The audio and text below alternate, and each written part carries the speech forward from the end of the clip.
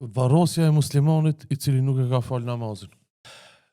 Njëra prej problemeve që unë mendoj se pak kemi tu fol na duhet me qenë shumë të qartë edhe ta përsërisim vazhdimisht se inna salate kanat ala al-mu'minina kitaban mawquta. Ashtu siç thot Allahu i Madhëshëm, namazi është obligim për besimtarët në kohën e caktuar. Do të mu fal namazin kohën e vet. Do ta mendoje njeriu që vdes e shkon te Allahu pa namaz, vdekën shumë pse? Se thot pejgamberi sallallahu alaihi wasallam, gjëja e parë për të cilën ka më dhënë llogari njeriu ditën e llogarisë ka qenë namazi. Gjëja e parë për të cilën ka më dhënë llogari ka qenë namazi. Dhe në momentin që vendoset i vdekurin në varr dhe mbulohet kufoma e tij, xhenaze e tij me ponice që themi na me drasa, aty i bëhet terr.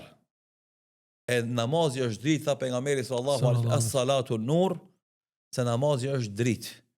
E namazi ka me ndryqu jetën ati atëherë kur s'ka me pas dritë tjetër përveç dritës e namazit. E nëse ai s'u ka fal, ka me pas vështirë në varr. Ka me pas vështirë në fundin e jetës tij, t'u dhon shpirtin. Ka me pas vështirë në varr dhe ka me pas vështirë kur ringjallet, sepse puna e parë që ka me dhënë llogari është namazi. Se ti aty do shton, ti atë kemi pas edhe më vështirë.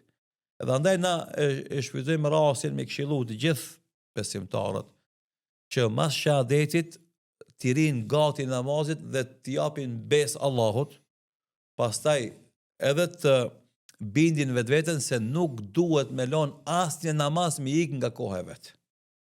Por çdo namaz me fol kohën e vet. O, që ka mos një pyetje kështu direkte. Po. Nëse një person e vendos, pis sot, ka me fol namazin, deri në vdekje, asnjë namaz nuk e lën. Ky person a hin xhenet, po Sigurisht, ose jo? Sigurisht hin xhenet. Po. Kush e ka namazin të rregullt, hin xhenet. Se pejgamberi sallallahu alaihi wasallam ka garantuar xhenetin atij njeriu që është i kujdesshëm për namazin e tij. Allahu akbar. Edhe s'ka dyshim se besimtari që fal namazin hin xhenet. E tash nëse ka bën mëkate të tjera të mëdha, ai ka mu dënu për to.